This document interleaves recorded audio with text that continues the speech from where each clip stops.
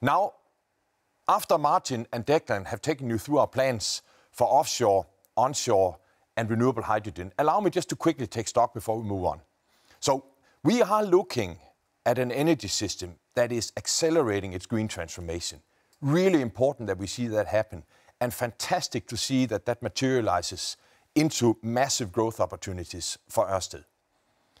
We have set the aspiration to become the world's leading green energy major, and we are going to do that by balancing a very strong protection and acceleration of build-out within our core business of offshore, while also ambitiously following the growth opportunities in onshore and renewable hydrogen and other areas, innovative areas such as the energy islands. And we believe we are really strongly positioned to materialize that potential because we do have in offshore a clearly industry-leading pipeline that is both concrete and much larger than anybody else's. We have a cost and innovation leadership built over decades. And within onshore, we have a proven ability to scale profitably in our key markets. Within renewable hydrogen, we have a very tangible 3+ pipeline of concrete projects lined up, and we have a globally leading sustainability position. So all in all, we believe very strongly positioned. And talking about sustainability, I'm joined here on stage by Jakob Bøs, who is our head of corporate strategy and stakeholder relations. And Jakob, we have, as I believe everybody knows by now, we have transformed over the past decade from being one of Europe's most fossil fuel intensive utilities to now being sort of come very far in the green transformation.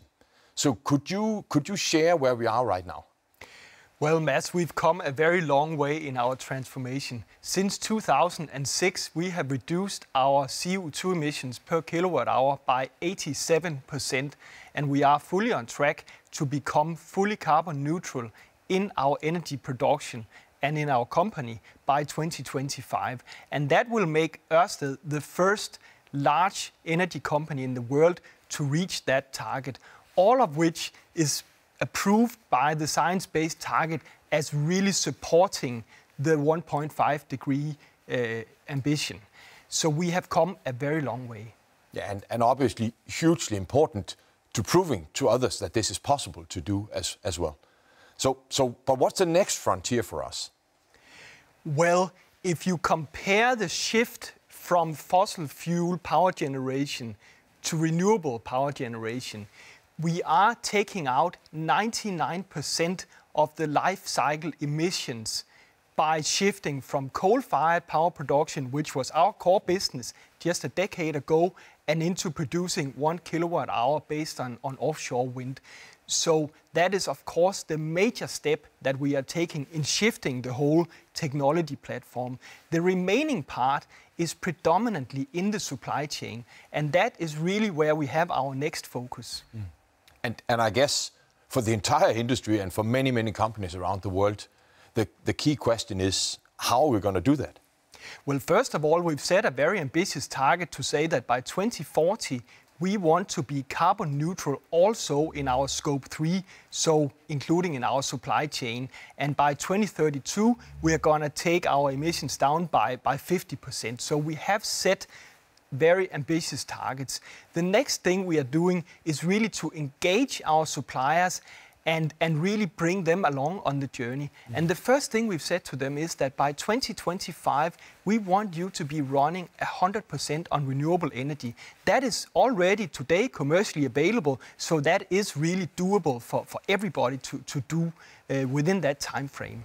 The next thing is, of course, the harder part, and that is to drive out the emissions from all the different components and parts of our supply chain. And that is why we're working closely with our strategic suppliers to map their emissions baselines and then, based on that, to develop roadmaps for each of the components in our supply chain so that we make sure that we work jointly together in driving this huge innovative effort that it will require to bring ourselves and our supply chain fully to net zero by 2040. Now, and with a strategy that is based on sort of exclusively on renewable energy, and also having industry-leading ambitions for decarbonizing not only our own company, but also our supply chain, have we then solved all sustainability challenges? Well, not quite, because what has happened over the past decade is really that we have been working hard to get renewable power down in price to a now cost-competitive level with fossil fuels.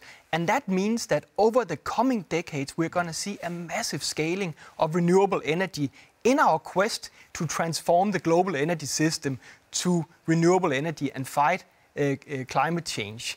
And in that global scaling of renewable energy, it's going to be tremendously important that we also protect biodiversity. We are going to go out and harvest energy in nature, basically. And that requires that whenever we build renewable energy production, we do that in a way so that we really protect nature. And that is why we are now, as you've said earlier today, announcing the target that by 2030 at the latest, all our new energy assets that we'll be commissioning will be net positive in their biodiversity impact. That is going to be the next big frontier for us in our sustainability journey.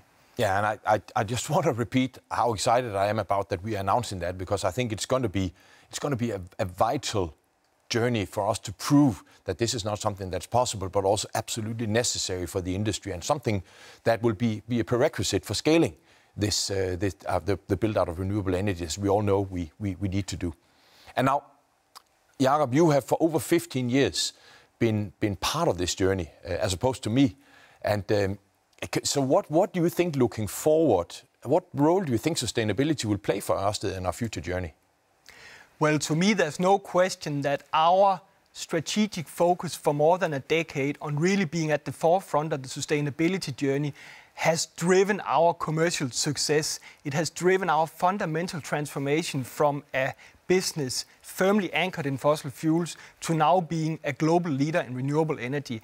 And I'm 100% convinced that that is going to continue to be a competitive edge for Ørsted as we continue to reach for our strategic ambitions. And it is going to be the right thing to do for the world as well, because we need to limit global warming and create a world where we can all thrive. Thanks a lot, Jakob.